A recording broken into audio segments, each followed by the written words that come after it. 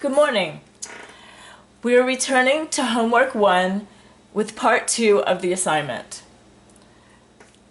Part 2 asks us to compare this data to that of the standard atmosphere, give an error measure percentage in pressure for low, medium, and high altitudes. So if we go back to our worksheet, you'll see that this has been done, but I want to explain how this was done. And some of the things that we'll do will definitely match with what we did in part 1 of the assignment. So the first thing that we need to do is make sure that we have this altitude versus pressure table. And what this allows us to do is look at varying altitudes, but this time they're measured in kilometers, and getting the pressure in kilonewtons per meter squared. So it's very important to note that the units here are using metric units, whereas in our tables and all of our calculations, we were using English units in feet and pounds force per square foot. So there is going to be some conversion needed to complete this part of the assignment. But what we did is we took this table that shows you different altitudes and the pressure at those different altitudes, and we're going to pick a few different altitudes to calculate the pressure for.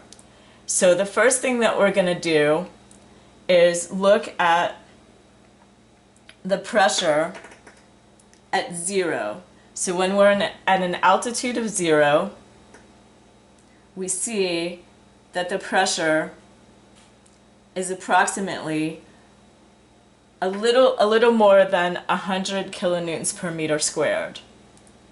When we go to an altitude of 5, we see that that pressure is approximately 50 kilonewtons per meter squared.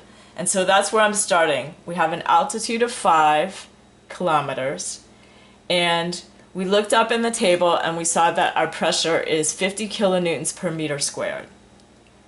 Next, I went to 10, and if you scroll over, you'll see that 10 is approximately halfway, which is 25 kilonewtons per meter squared.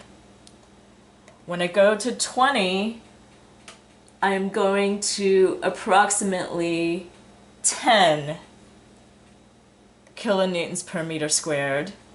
And finally, at an altitude of 30 kilometers, we have a pressure of 0. So this column D represents what we looked up on the graph. As I said, the units are in metric units. So the first thing we need to do is convert this altitude in kilometers to a height in feet. And I have it what I'm calling an altitude conversion. And I did the naming as I showed in the last exercise. And the altitude conversion is over here. So in order to convert kilometers to feet, we need to multiply by 3,281. And so you'll see that that's what I've done. In this column, I took B4 and I multiplied it by our altitude conversion. Here's B4, the 5 kilometers, multiplied it by the converter and got 16,405 feet. Okay? Then the next altitude of 10 kilometers, I also multiplied by the altitude conversion and got 32,810 feet, and so on. So that was the first part of our assignment. We need to have the height in feet in order to use that height in our formula.